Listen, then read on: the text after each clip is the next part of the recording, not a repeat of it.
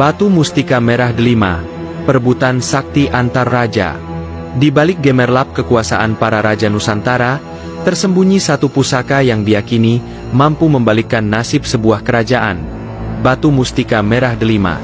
Batu mungil seukuran biji saga, bercahaya merah menyala, dan dipercaya mampu memberi kekuatan luar biasa kepada pemiliknya.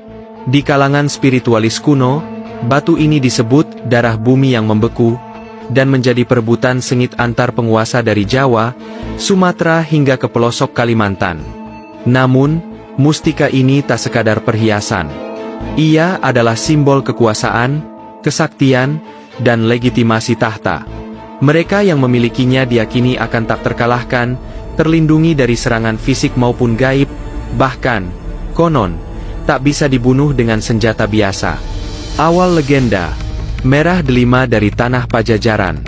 Cerita bermula pada abad ke-14, dari kerajaan Pajajaran di Tatar Sunda.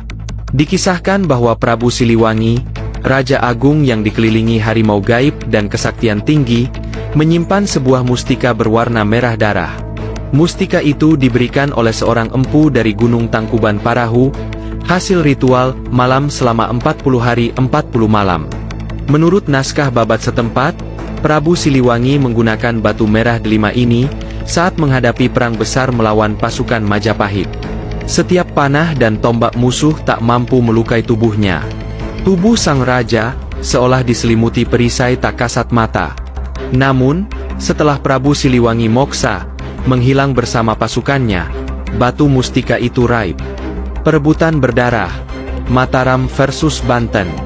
Ratusan tahun kemudian, batu merah delima kembali muncul dalam cerita pertarungan antara kerajaan Mataram Islam dan Kesultanan Banten. Dikisahkan bahwa seorang punggawa istana menemukan batu tersebut di dalam perut seekor kijang putih yang ditangkap di lereng Gunung Merapi. Penemuan ini segera menarik perhatian Sultan Agung Mataram. Sultan Agung menyimpan batu itu dalam kotak bertatahkan emas di ruang dalam keraton. Ia percaya batu tersebut akan membantunya menundukkan Batavia dan memperluas kekuasaan hingga seantero Jawa. Namun, berita tentang keberadaan batu ini bocor ke telinga Sultan Maulana Yusuf dari Banten, yang juga seorang spiritualis tangguh. Maka dimulailah perang gaib, bukan hanya di medan tempur, tapi juga dalam dunia astral. Para pendekar, dukun istana, dan pasukan gaib dikerahkan untuk mencuri mustika dari dalam keraton Mataram. Tercatat dalam beberapa manuskrip Jawa kuno, terjadi pertarungan hebat antara dua tokoh spiritual, Ki Juru Martani dari Mataram dan Syekh Kuro dari Banten. Meski gagal direbut, batu merah delima akhirnya disembunyikan oleh pihak keraton saat Sultan Agung wafat.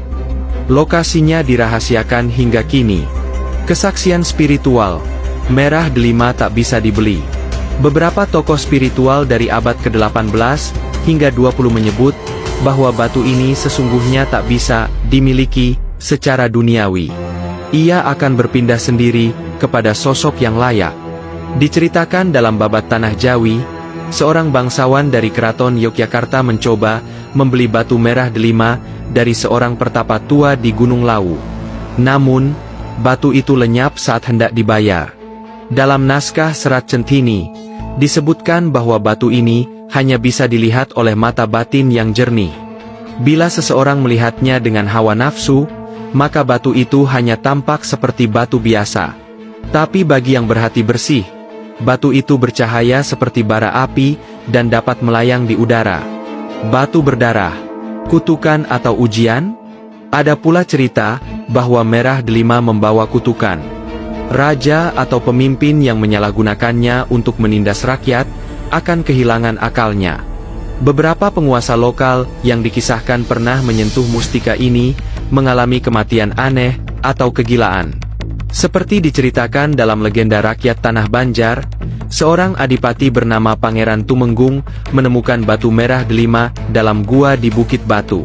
Tapi setelah menggunakannya untuk memperkaya diri dan memperkosa kekuasaan, ia ditemukan mati membiru dengan batu itu hangus di tangannya. Benarkah ada hingga kini? Sebagian percaya bahwa batu mustika merah delima masih ada, tersimpan di balik dinding suatu keraton, atau dijaga oleh sosok tak kasat mata. Beberapa spiritualis bahkan menyebut batu itu kini dijaga oleh penunggu dari dunia gaib, dan hanya akan muncul saat dunia dalam keadaan genting. Masyarakat Jawa, terutama para pelaku kebatinan dan kejawen, percaya bahwa merah delima adalah lambang kesempurnaan raja, kekuatan, kebijaksanaan, dan perlindungan. Oleh karena itu, ia selalu menjadi incaran, baik dalam dunia nyata, maupun dalam perjalanan batin yang panjang.